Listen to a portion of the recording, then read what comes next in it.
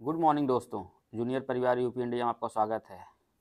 आज महापर्व शिवरात्रि है और हमारे पूरे देशवासियों और सभी आजमगढ़ वासियों को महाशिवरात्रि की ढेर सारी शुभकामनाएं। सबकी मनोकामना पूरी हों और जल्दी ही आने वाला है रमज़ान का पावन पर्व, जो 1 महीने रहता है, या फिर जो भी छोटे मोटे तीज त्यौहार आएंगे।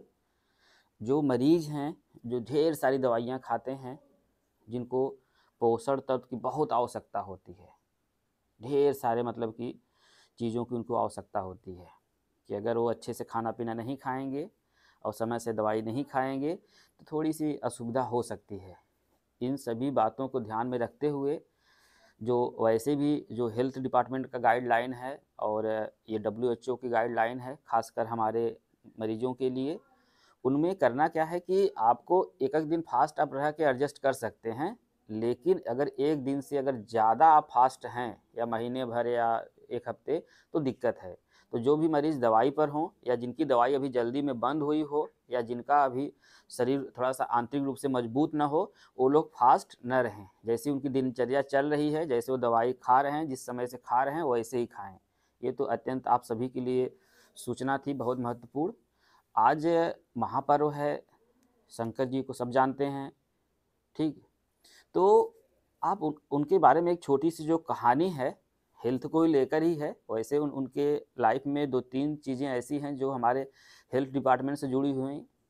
एक तो सर्जरी वाला, कि जब पार्वती जी नहा रही थी तो गणेश जी दरवाजे पर अपना गार्डी कर रहे थे, मतलब नौकरी कर रहे थे, कि सुरक्षा के दृष्टि से अपना देख रेख कर रहे थे कि माता जी नहा रही हैं।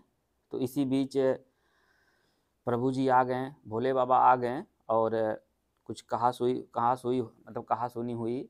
फिर अब भोले बाबा आप जानते हैं कितना बड़े मतलब गुस्सैल टाइप के आदमी हैं ना। तो फिर वो अपना त्रिशूल निकालें, कुट से काट दिए और फिर पार्वती को पता चला ऐसा कांड हो गया, तो उन्होंने एक हाथी का, ठीक, मूड़ी काट के उसमें जोड़ दिया। ये तो सर्जरी डिपार्टमेंट का था कि वो कितने कुशल सर्जन थे हमारे ना भारतवर्ष के। दूसरा, एक जो अभी बीमारी है उस पर एक छोटी सी और कहानी बता रहे हैं। आपको पता है होगा कि शंकर जी को नीलकंठ कहते हैं।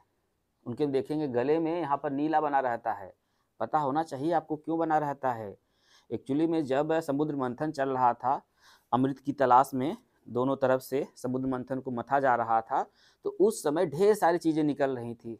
जो आप देखते होंगे जो कामधेनु गाय है वहीं से निकली हुई है, ढेर सारी ना हीरे जवाहरात, ढेर सारी चीज़ें। लेकिन विष निकलने के पहले ही अमृत निकलने के पहले ही विष निकल गया। तो जो लोग मंथन कर रहे थे तो सब लोग डर गए कि अब इस विष का क्या करें। तो सभी लोग फिर पहुँचे किसके पास, ठीक, शिव जी के पास पहुँचे।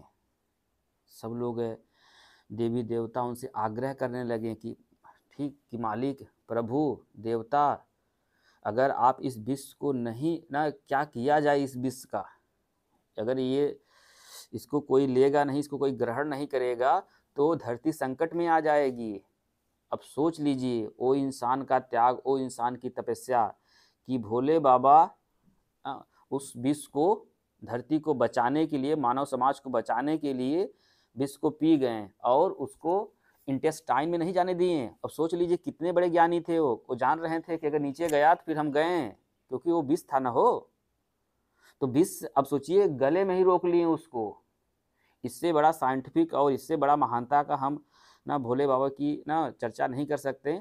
इतने महान थे हमारे शिव भगवान।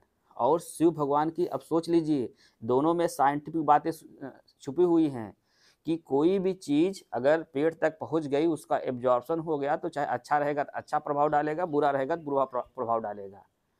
इसीलिए जो लोग फास्ट हैं, वो फास्ट गले तक रहना हो ठीक है, लेकिन अगर खाना पीना हो तो ज़रूरी है। तो इसी बात पर एक बार नीलकंठ बाबा की जय। बहुत बहुत धन्यवाद। जय हिंद, जय भारत।